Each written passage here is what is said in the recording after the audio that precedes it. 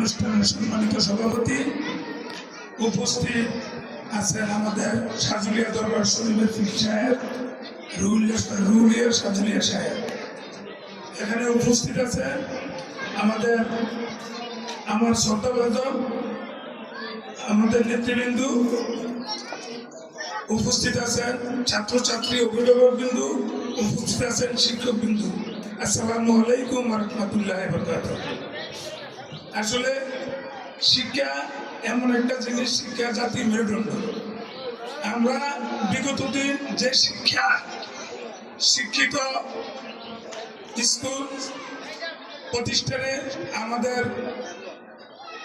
যুগ ছিল, কিন্তু বর্তমান যুগে আমাদের যে আরবি শিক্ষা, শিক্ষিতের দিকে যেভাবে আমাদের অভিভাবক, আমরা শিক্ষা প্রতিষ্ঠান, আমরা যেটুকু জানি যে আমাদের রাসূল ওয়ারিস, হুজুরদেরকে ওয়ারিস হিসেবে এই পৃথিবীতে রেখে গেছেন, যেন আমাদেরকে আরবি শিক্ষা শিক্ষিত করার জন্য তারা উলামা কেরাম আলেমরা যারা আছেন তারা নবীজির একটা অংশ, যার জন্য আমরা আজকে এর প্রত্যেকটি জায়গায় বাড়ি দেখা গেছে হানাহানি কাড়াকাড়ি, কিন্তু শিক্ষার অভাবে।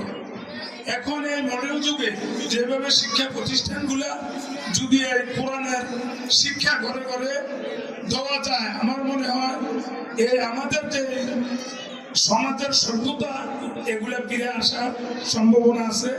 কেননা শুধু আরিফপুর ক্যাডেট মাদ্রাসা নয়, আমি দেখছি আমাদের গত 1-2 বছরে নারায়ণপুর এবং ফুলবাস মিলে 8টা প্রতিষ্ঠান হয়েছে।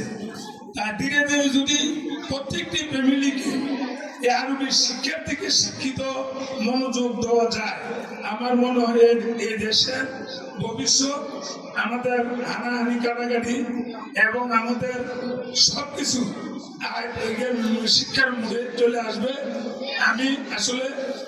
আমি মেজবান্ডারের মুরিদ, আমি সাজুলিয়া পীর সাহেব যখন 2001 সালে 3 সালে আগমপুর মাফি করে, তখন কিন্তু ওখানে আমি তখন চেয়ারম্যান, একটু ঝামেলা বাঁধছিল।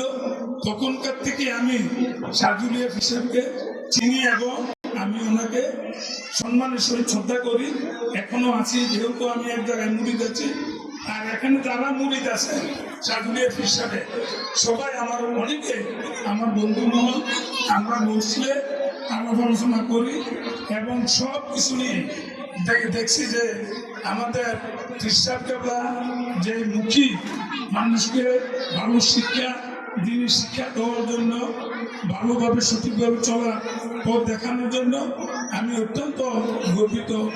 আমি ধীরে ধীরে ভবিষ্যতে এভাবে শিক্ষাকে ছড়াইয়ে দেওয়ার জন্য আমি পীর সাহেব কেবলাকে এবং অভিভাবকদেরকে, শিক্ষকদেরকে ধন্যবাদ জানিয়ে আজকের এই সাংস্কৃতিক অনুষ্ঠানের সাফল্য কামনা করে আমি বক্তব্য শেষ করছি। আসসালামু আলাইকুম ওয়া রাহমাতুল্লাহি ওয়া বারাকাতুহু।